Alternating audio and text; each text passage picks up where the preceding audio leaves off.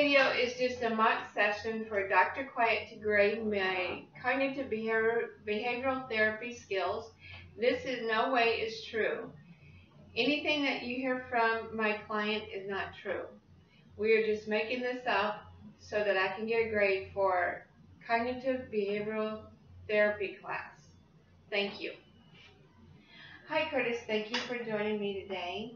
What I'd like to do is set the agenda today of what we're going to be going over and how we're going to be treating your diagnosis, and I'd like to go over your diagnosis with you and set some goals with you and talk about how you're feeling and how your thought process contributes to your actions and what you do and how you're feeling. Okay. Is there anything that you want to add to the agenda?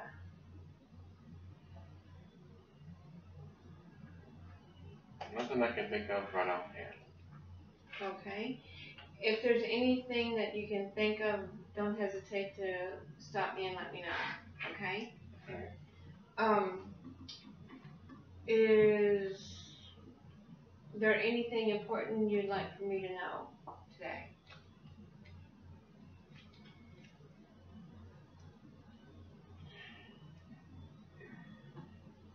Not really.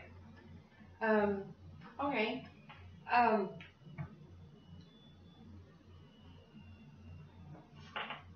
Let's review some of the problems you talked about in the evaluation.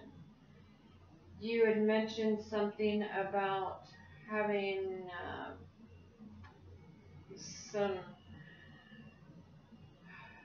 you were stocking some things at work and you felt the need to call an ambulance. Explain that. What was going on there? Well, what happened was I was actually trying to pick up the pace. I guess it was just more than I could handle. And I was thinking, hey, this is kind of cool. I got one area, I got one whole aisle of the store done. I can move over here, and I'm able to do 2 areas versus, well, actually 3 areas versus just 1 tonight. This is really good news. You know, usually they have me work 1 aisle, and when they're done with that aisle, I go full pallets. And then I just do that till I go home. Whatever. Well, pretty simple, easy job. But the fact that I was able to do 3 things instead of just 2 that night, I guess the excitement and the pressure at the same time of trying to impress somebody else became overwhelming and affected everything. I was stocking things on the shelf. Next thing you know, I was picking up something, and it's like my arms were numb. I guess you could describe it as almost like, you know, how people are paralyzed and they see their legs, but they think these aren't mine. I can't feel them. You know, whereas to me, I can use my arms, but I can't feel them. And I'm like, okay, this isn't normal. You know, something's not right here. And then next thing I know, I can't see anything past this point out of my left eye without forcing myself to actually look over that direction. Basically, over the period of just a few seconds, I completely lose my peripheral vision, and this left eye over here is so struck by my, I guess let's call it an anxiety attack or panic attack, I suppose. All I see out of this is like, it looks like a broken stained glass window with somebody just shining a light back and forth. You know, is all I see. Okay, let me interrupt you here for a minute. Let's go back. You said you felt like you had to press someone. My managers, my boss, and of course, you know, overall the customer saying, hey, this guy's really fast. I want to come back to the store. You know, whatever. Because I was doing that, helping the customer find the items they wanted to find, etc., etc. And I noticed the manager was noticing it and kind of gave me a thumbs up a couple times, you know, the whole 9 yards. So it seemed like you were all overwhelmed. It was caving in on you, and you were slowly deteriorating without realizing it. Yeah. It's like I raised the bar for myself a little too high, higher than I could physically handle, I guess you could say, and in some cases mentally could handle. So do you feel that you set the bar higher than what your boss set the bar for you? Yes. Do you feel that there could be a better way of thinking about that? Maybe change that thought to what I'm doing right now is enough to stay on my job, and my boss will be impressed with what I'm doing because I can handle my job. Yeah. Would that be more realistic of what you needed to do? Yes. Okay. All right.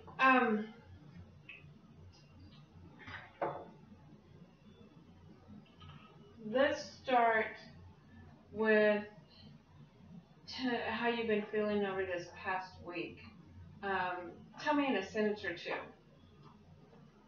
How I've been feeling in this past week is a lot of ups and downs. Kind of on an up right now.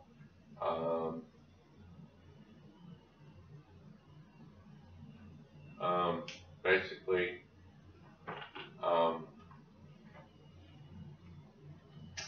well, it's been more or less a stress of,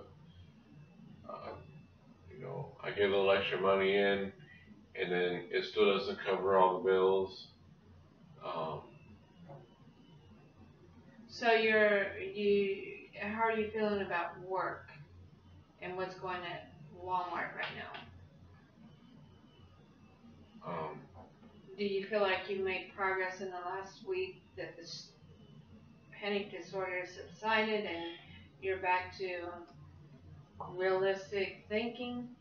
Yeah, because the realistic thinking is I don't want to put Walmart down or nothing, but or anything, or make it sound like they have low standards. But you know, I kind of got the thought that this is Walmart. They don't expect you to do brain surgery, you know, per se, and they don't expect you to, you know, jump over hurdles and through hoops. And they expect you to do your job efficiently and safely at the same time. Okay, can I interrupt here for a moment?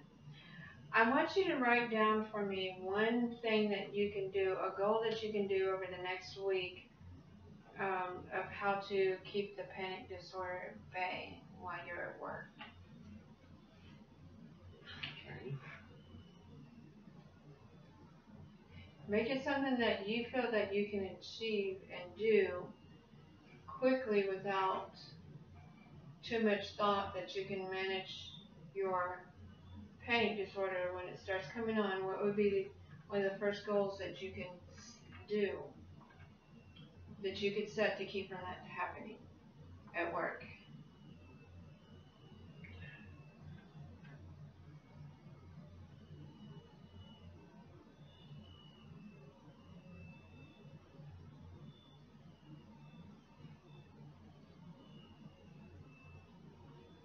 Okay. All right.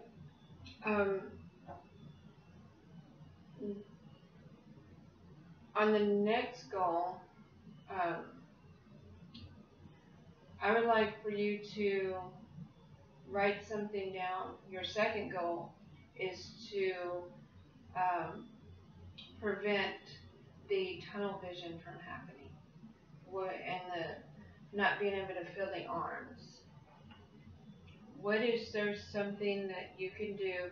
You explained that you were trying to stock the shelves and you were trying to work 3 different aisles at the same time and handle a customer. Yes. How is it that you can prevent the electrical overload of your brain before that happens, what can you do instead of doing 4 things at once? How could you handle that situation better to prevent the tunnel vision?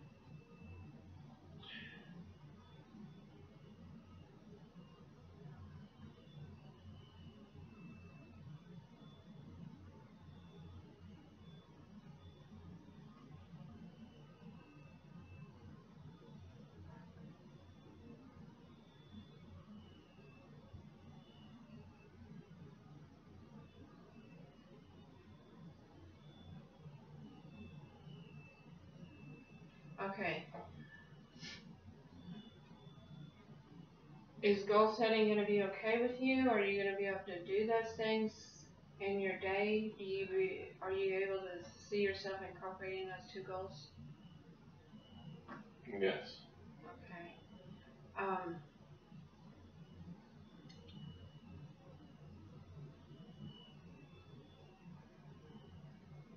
And the reason I'm writing things down is because I want to make sure we cover what's important to you.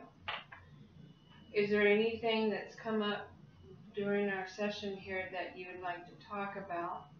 We're running out of time a little bit, so maybe if we don't cover it this time, maybe we can cover it next time. Is there anything that you can think of?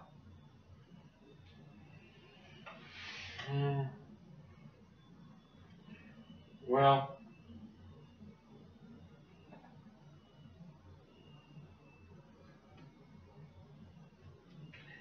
I can't think of anything right at this moment.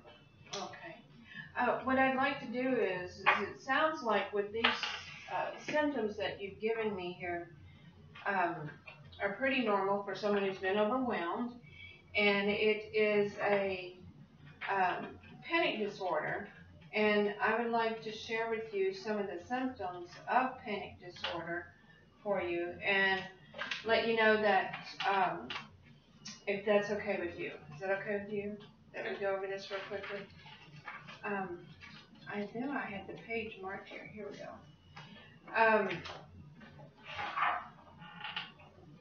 Right here it tells us that recurrent unexpected panic attacks. A panic attack is abrupt surge of intense fear or intense discomfort that reaches a peak within minutes, and during which time 4 or more of the following symptoms can occur, which you had mentioned, let's see, what'd you say? Could not feel your arms. Did you feel dizzy? Not at first, no. Did you have any chest or pain discomfort? No. Okay. How about trembling or shaking? No. All right. Nausea? No. Chills or heat? No. Numbness or tingling sensation? I think Absolutely, you mentioned yes. that. Yeah.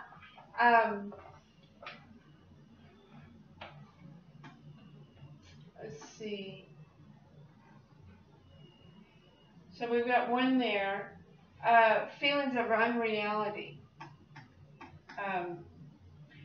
Being detached from oneself. So, Yeah. Did you have a fear of losing control at that point? yes. Okay. Did you have a fear of dying? No. Okay. Did you have any palpitations, pounding of the heart? Nope. Nothing else. No irregular heart rate? Your heart rate didn't race? Mm-mm. It didn't get faster at all? Your heart remained calm through the whole thing? To my knowledge, yes. Okay. Did you have any sweating? No. Shortness of breath? No. Did you have any irregular breathing at all? Did you feel like your stomach was hurting, abdominal distress? Like any of that? I remember getting, I know it sounds weird, I don't remember getting hungry, but I just came back from lunch, which is weird. Like, why am I hungry again all of a sudden? All of a sudden it's like, it's like I didn't eat at all. It's weird. Okay. I don't know if that's nausea. I don't know. Mm-hmm.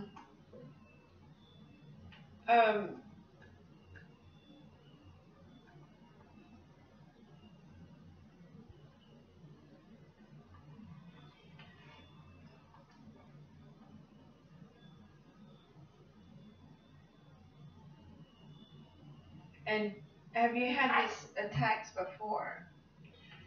Yes. Okay. When you had these attacks before, did any of these symptoms happen? Yes. Okay. Did you have a persistent concern or worry about additional panic attacks, that they can happen again? Yes.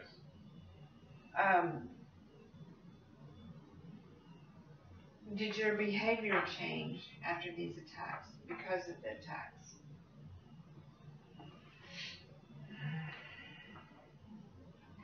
Behavior as far as trying to avoid panic attacks, wanting to avoid them altogether, such as avoidance of exercise or unfamiliar situations. No.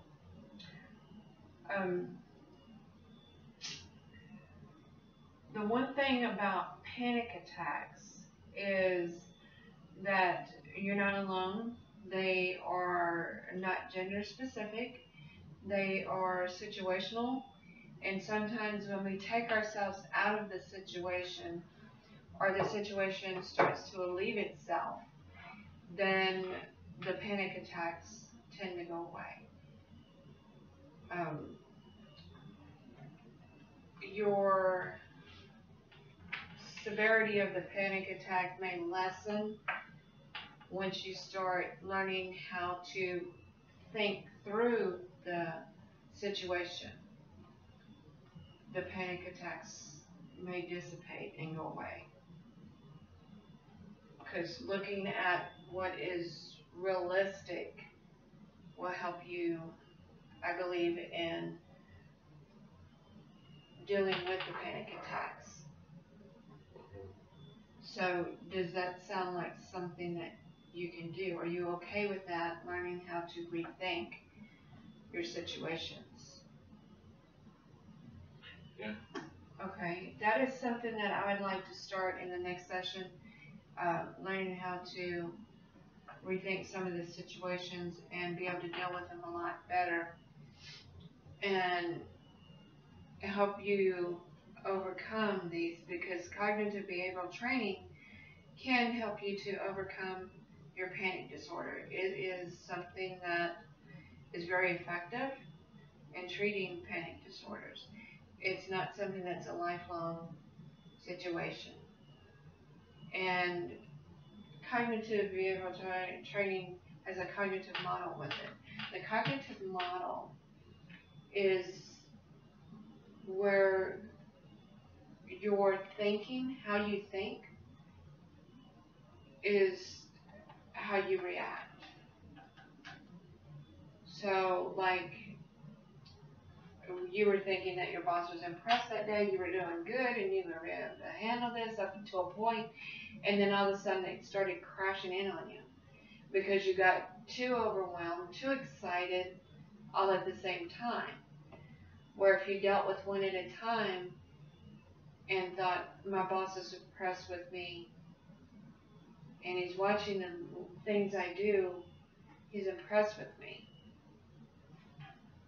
When you had the panic attack, did you think in any way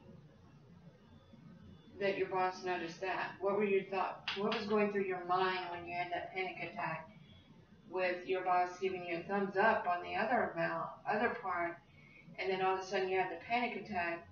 What was going through your head at that point? I was thinking, oh great, this is not good. I never handled this bad before. I'm going to end up having to go home from work. It's going to affect my paycheck and everything. And I know I know when it comes to mine, is going through my head faster than I'm saying it. I was thinking, okay, well, my boss is going to be like, okay, well, he's not doing so well, so we don't want someone that's not feeling well on the floor. Go home, or go take care of yourself. Whatever you got to do. You know, I knew that, but that was going through my mind. But at the same time, I'm thinking, okay, now they're going to look at me and make sure I'm doing okay all the time. Blah blah blah, and so on. And then they'll see me being carted out in a stretcher, and so on. But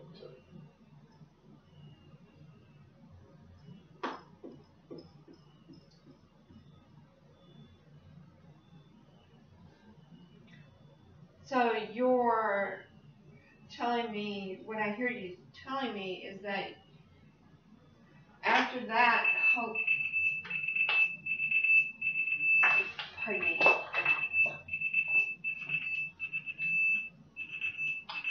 well, I apologize for the timer going off there. We're at the end of our session here. We can discuss the fear of the boss overseeing you at the beginning of the next session, if that's okay with you. it's fine. Okay. We went over a lot today. We got to know each other a little better, and we discussed the anxiety. Part of the anxiety disorder is an actual panic disorder, and it is treatable with cognitive behavioral therapy. And I'd like to give you some homework. Here's a list of things I'd like you to look over and read. And this right here is a goal list that I wrote down a few things I'd like for you to look over, and we can discuss these at the beginning of the next session. Before the next session, though, I would like you to be able to do this homework for me.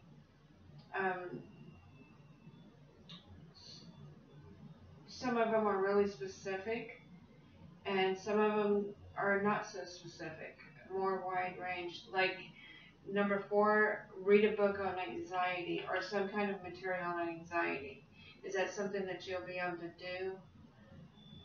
I can, Or do you want us to leave that optional? Yeah, let's leave that optional. Okay, why don't you go ahead and write optional down there?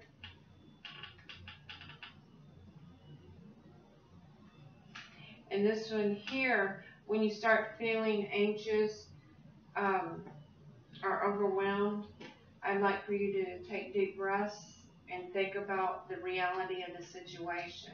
Okay. And number 3 is very important, I feel. I want to know if you're okay with that one, where it says, I'll make sure how I'm feeling and thinking is in line with what is really happening.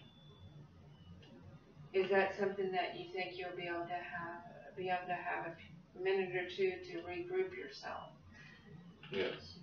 Okay, well, why don't we set these 3 here where you go over your goal list and read that about 2 or 3 times a day, and then work on these 2 when you start having your panic attacks, okay? And let's do that. And I'd like your feedback on how you thought about this session. We could go over it verbally now, or I have a sheet here that you can take and fill out in the waiting room after our session today. Which way would you go? I think I'll fill them out. Okay, well, here's the questions that I'd like you to fill out. There's just 5 of them. You can answer as brief as you want or as thorough as you want. And I'll look over that at the beginning of our next session, okay? Okay. And thank you very much for coming in and talking with me, Curtis, and I appreciate it very much. Thank you, and you have a great day. And I look forward to meeting with you again next week. Okay, thank you.